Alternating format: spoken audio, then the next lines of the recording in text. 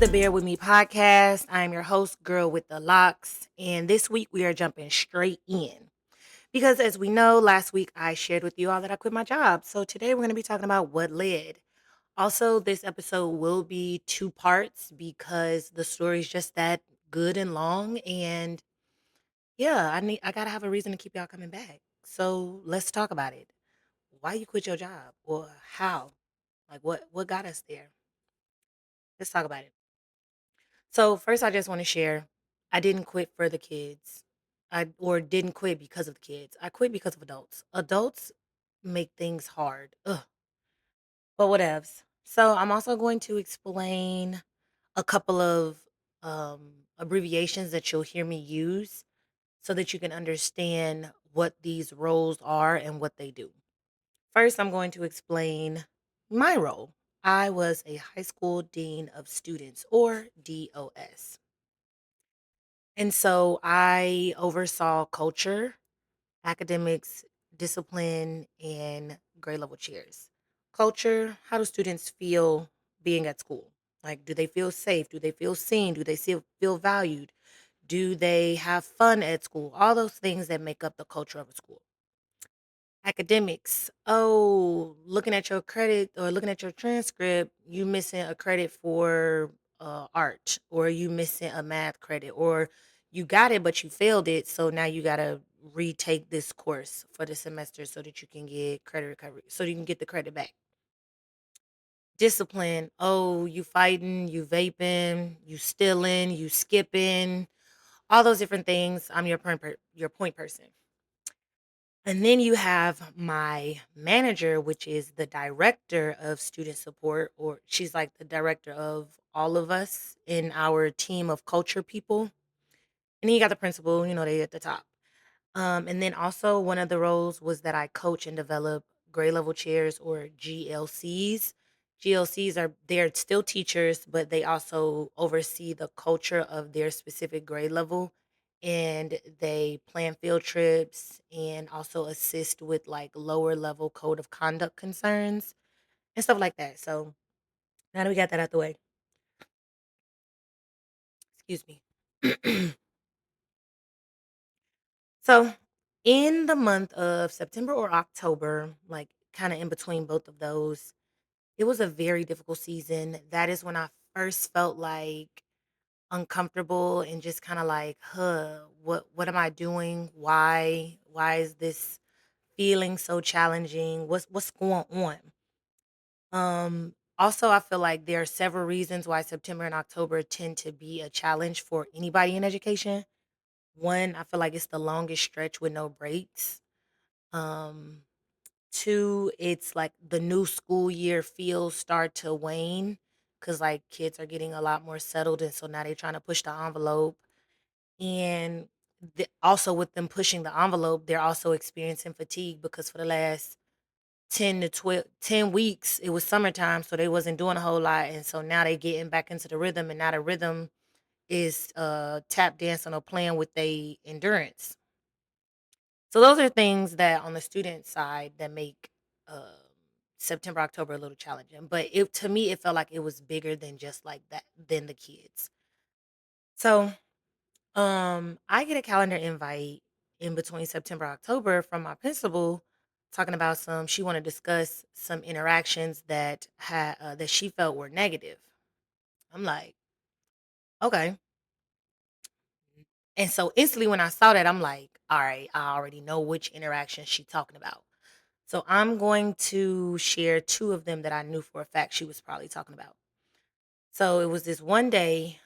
We, as all admin, we at during passing period, we're all supposed to go into the hallway and just narrate and speak to kids, talk to kids, different stuff like that. Address little, where's your ID, or walk on the right side, or 2 minutes till class.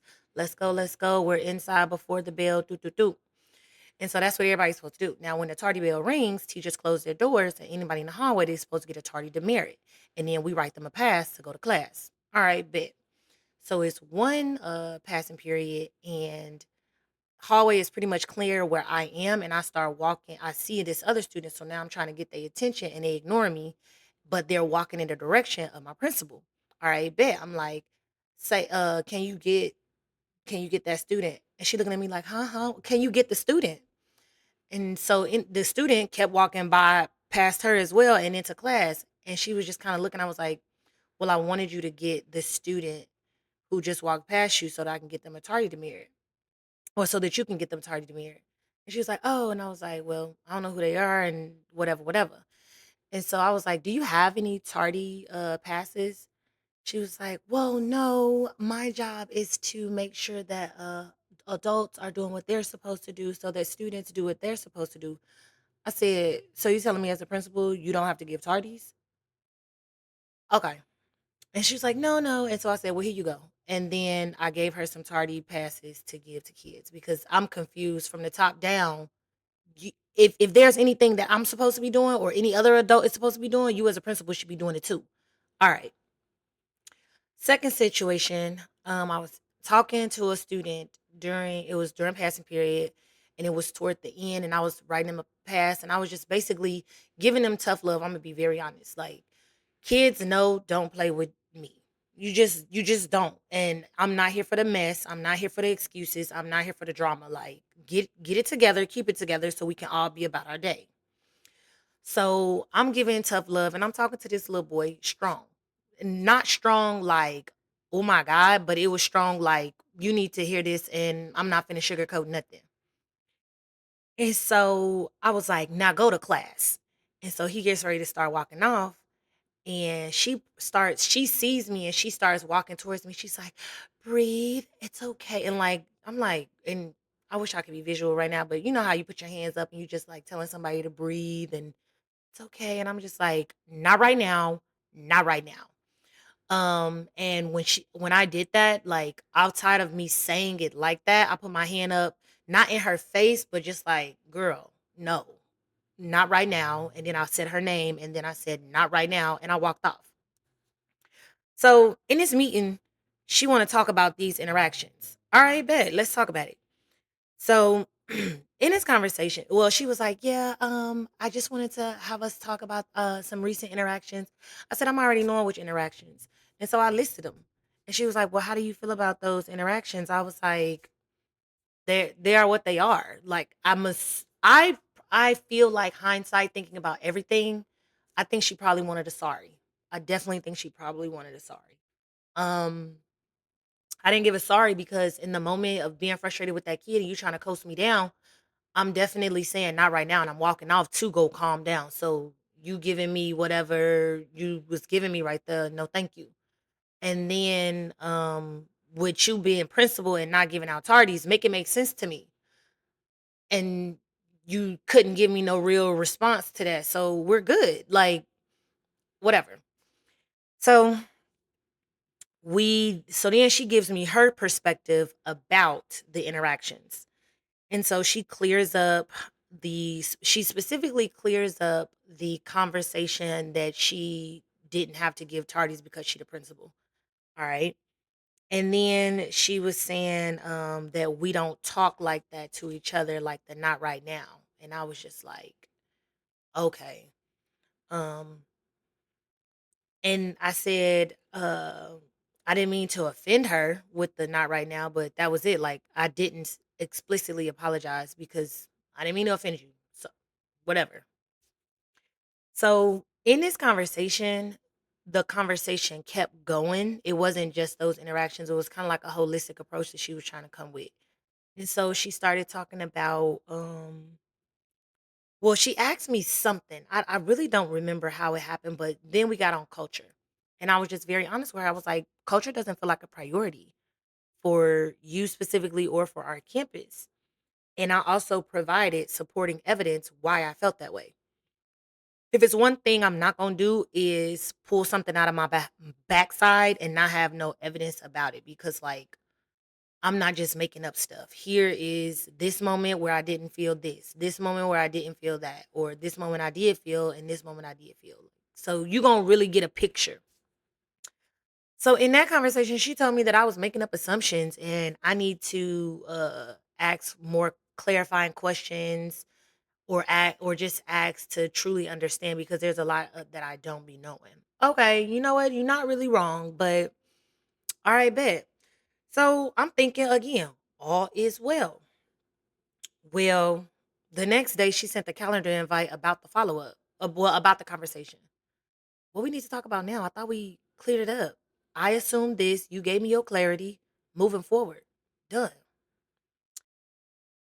Well, in this conversation, she is talking like I wasn't really sure how we ended the meeting. I'm like, I thought we ended it well. I assumed you don't support culture. You say you do. You gave me reasons why you do.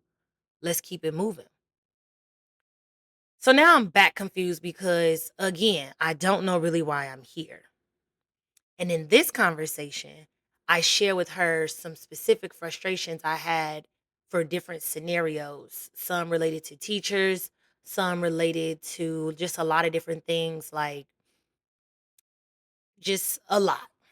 Ne- so again, at the end of that meeting, while I started off confused and then we sharing and stuff, and in that conversation we had a bit of alignment. Like we both saw certain things about what we do or the expectations that we have on campus. We had alignment. So I'm like, all right, bet. Meeting done. Cool. Y'all, I got another calendar invite. I said, okay. So in this third one, she was like, I just want to go over our norms and values as a campus. So she going through norm one, norm two. By the time she gets to norm three, I'm like, wait a minute. Some don't seem right. Some don't sound right. Like you're giving me these norms and values as if I'm not meeting them. Um, I'm I'm in confusion. So I'm just like, all right, bet. Uh I interrupt her at norm three. I say, where's all this coming from? Well, in our conversations, it seemed like you might not have you might not be sure. I can't remember what she said, but she felt like I might not have been clear, and she just wanted to make sure I was clear.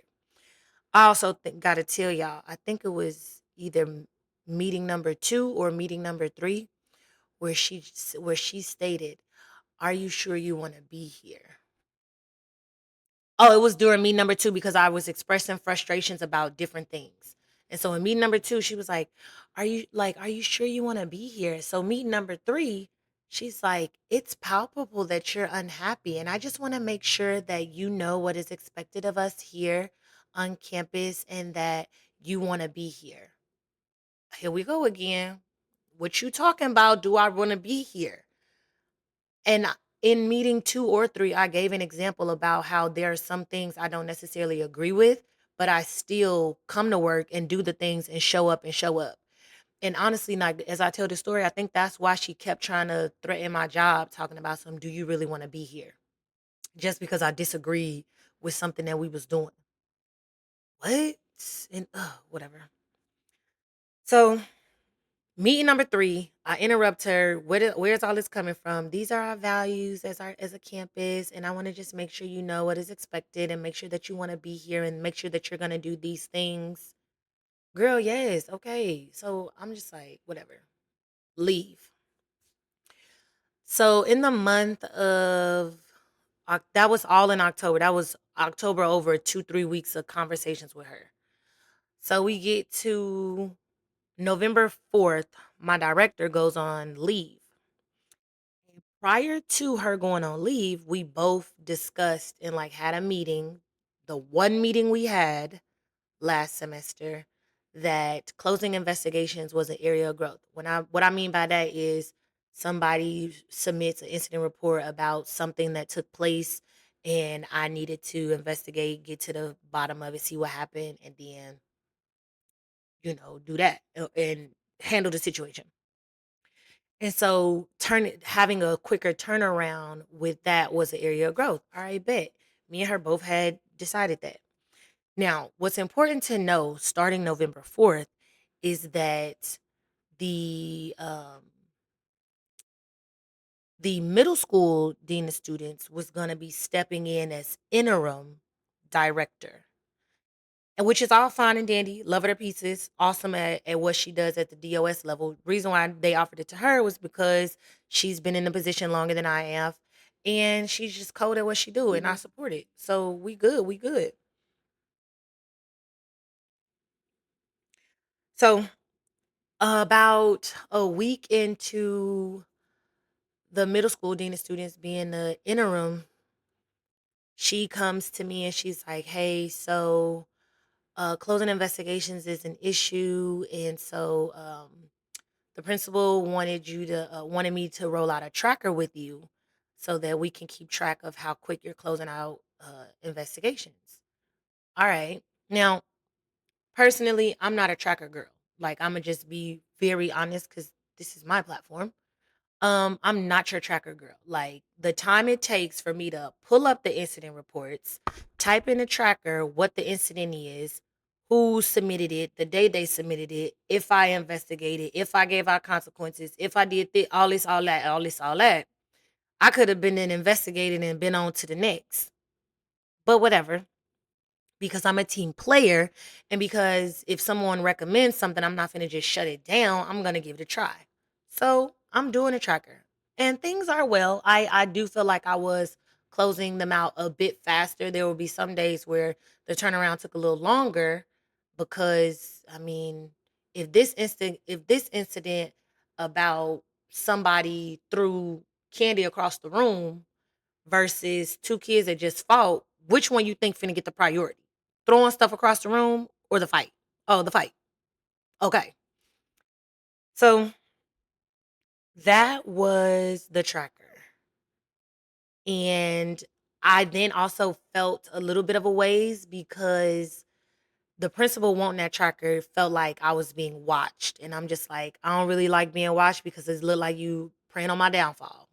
But I'm gonna make sure that I'm gonna do what I have to do for me. All right. So the tracker going steady, the tracker going good. So I had a hearing. Some kids was vaping in the bathroom. No, they were vaping in the classroom. Did an investigation for it, did all of what I needed to do, went up for a hearing, and it got overturned. The principal was the hearing officer because it was a first offense, and some most stuff that's all very much unnecessary. But the hearing got overturned based off of lack of proof of medical evidence. Okay, fine, cool. So from that, the principal talks to the interim, and they decide that I need to be on a support plan. And the support plan would last for 3 weeks, the last 3 weeks of the semester. So I get a calendar invite with the principal and the interim to meet at three something um, on a Friday, I think it was. And I'm like, okay. So I get the invite. I go to the meeting. It was like, hey, during this time, me and so are gonna work with. We're gonna discuss how we can support you. And I was just like, okay. It gave vague in the details, and I was just like, okay. So then I go to the meeting. Oh, we rolling out a support plan. Now let me tell y'all what a support plan is. A support plan is a targeted approach, or a targeted approach to support specific areas of your job. This is something that teachers sometimes get when they are not necessarily meeting the expectations, but that you can clearly see what is going to be the most bang for their buck to help grow them. So I'm just like, a support plan? Okay. Not really feeling this, but okay. Also, y'all, this is my second year in this job. Ask me, was I on a support plan my first year? No. Ask me if my director spoke or stated in a way that made it sound like, with you missing a mark, you need a support plan. I just told y'all at the start of this, we only met one time this last semester, fall semester. And in the previous school year, we might have met 3 times. So we don't be doing a whole lot of meeting for me to really know if there's an area of growth or what specifically it is. So I'm very much thrown off about this need of a support plan. Okay. Okay. Now, I'm be honest with y'all. I definitely was like, Oh yeah, she coming for me. I was like, yeah, I feel it's a little small target, but again, still being open and receptive. I'm just like, I there could be area or there could be things I could grow in, and so we finna do it. And because you got me on a support plan, yeah, we finna get off of this because I don't like to be micromanaged. I just don't. And all right, let's do what we gotta do to get off of this. Let me also tell you what she told us at the initial support plan meeting. She said that this would only be for 3 weeks, which was the remainder of the semester, and that we would come together in January when the director comes back to see where I am, if I need an extension, if I'm going to get off, if what next steps, whatever, whatever, whatever. All right, bet. So for those 3 weeks, every week, the interim and the principal and myself, we would meet.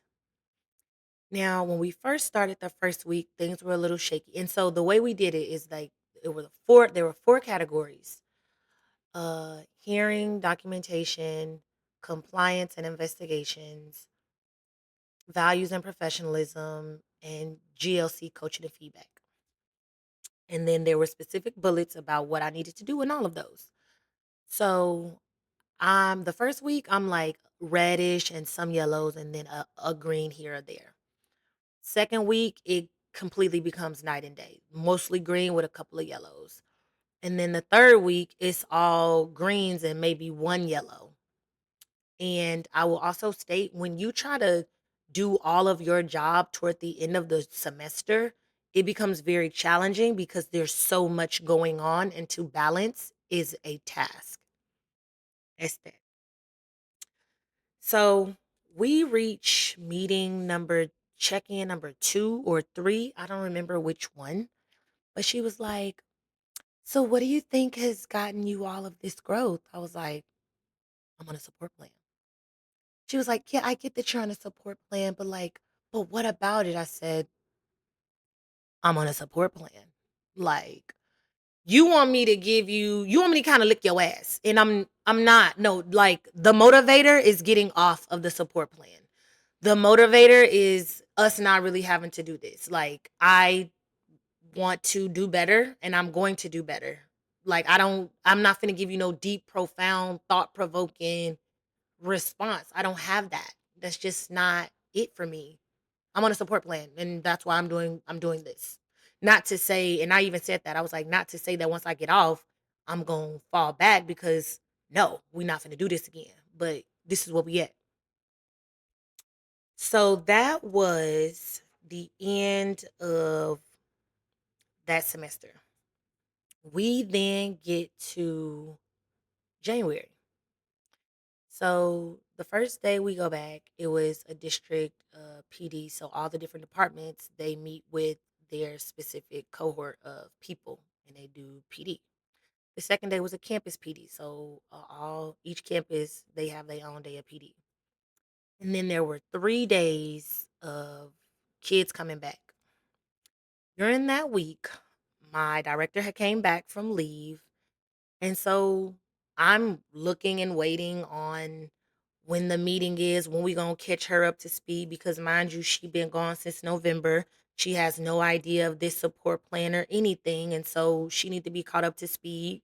Let me also state the interim told the principal before the semester ended, "Hey, when the director comes back, I still want to be Wit's point person because I don't think that the director is going to support her to the level that she needs." Principal said, "Okay." So all me and the interim, we both anticipating, thinking, hoping, waiting on this passing of the baton or this meeting where all four of us gonna get caught up and talk about what's next. Well, ladies and gentlemen, January 13th is when I had my meeting. Mind you, we went back January 6th. January 13th, I had my meeting, and the interim was nowhere to be found. That kind of took me aback. And then we're reviewing the previous week. of of the support. We're looking at the support plan and we're reviewing the previous week of work. I'm just like, why am I being evaluated on something that's outside of the timeline of our support plan? Mind you, I ain't get no guidance or nothing about what we should be doing or what I should be doing. So at the end of that meeting, I'm not meeting expectations, and now I need to move to a growth plan. Now, a growth plan is where talent slash HR gets involved, and you either meet your marks, numbers, expectations, whatever, by the end of the growth plan, or you could potentially be terminated or repositioned or whatever you want to talk, what however you want to say.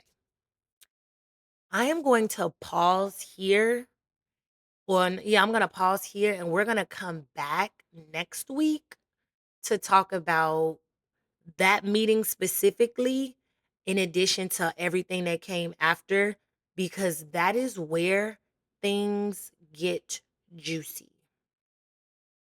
So we just gonna pause and we just gonna process the conversations and the support plan, because as I continue to process this story and have to tell this story, I notice a whole lot more. I'll notice a lot more things. One of which, Shorty been threatening my job since the second or third interaction. She gave me the analogy that she is, when you think about a ballroom and you think about the choreographer is above the ballroom, allocating resources for what needs to go where. You want to be above the ballroom versus on the ballroom floor because then you can't really see. And that was an analogy that she gave me second or third meeting. And I'm just like, but also in my head, if you above, you're also detached. You not really truly seeing, because y'all, there were times I would see her at a fire drill and she just standing around. Matter of fact, there was one time our entire team was off campus doing some very targeted PD for us specifically, and we get notifications and alerts that a fight happened. So once we went back to campus, I pull up cameras, I'm doing this, I'm doing that. Why do I see her just pacing back and forth where the fight took place? She ain't doing nobody's crowd control, like, hey, put your phone up, go to class, do this, do that. I literally just see her walking back and forth, not even looking at the kids or the fight. I'm just like, sweetie, what are you standing there for? What else? You know what? I'm not gonna even dump on this lady like that because that's rude. But I will say, when it comes to principles, and this was information given to me by another principal. Principals have two foci or focuses. I'm not really sure how you pluralize that word. They are either academically driven or they are culturally driven. It's not often that you get a perfect marriage of both.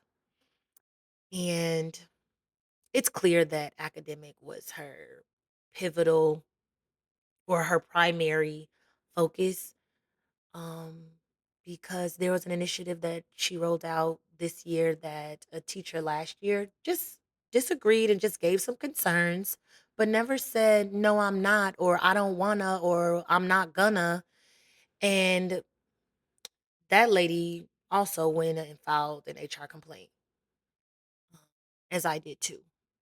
And we'll talk more about that next week. Ooh, I'm trying to just leave it a little bit, but I keep telling more. So, yeah, that was like the first half of this story. Y'all let me know in the comments if I should have said sorry, if I handled things well. Like, y'all give me y'all thoughts about the story. I know y'all only kind of getting one side, but I promise if it's one thing I'm gonna do is try to just tell everything factually and kind of leave out opinions. But yeah, bear with me. As always, wishing you love, light, and laughter. Y'all have a great day. Like, comment, subscribe. Oh my gosh, like my videos on YouTube. Please give me stars and reviews on Spotify, Amazon, Google, and wherever else I am. Please give me some stars. And meet me in the comments. Please and thank you. Tell a friend to tell a friend to tell a friend. Bear With Me podcast on all major platforms. You guys have a great day. Until next time.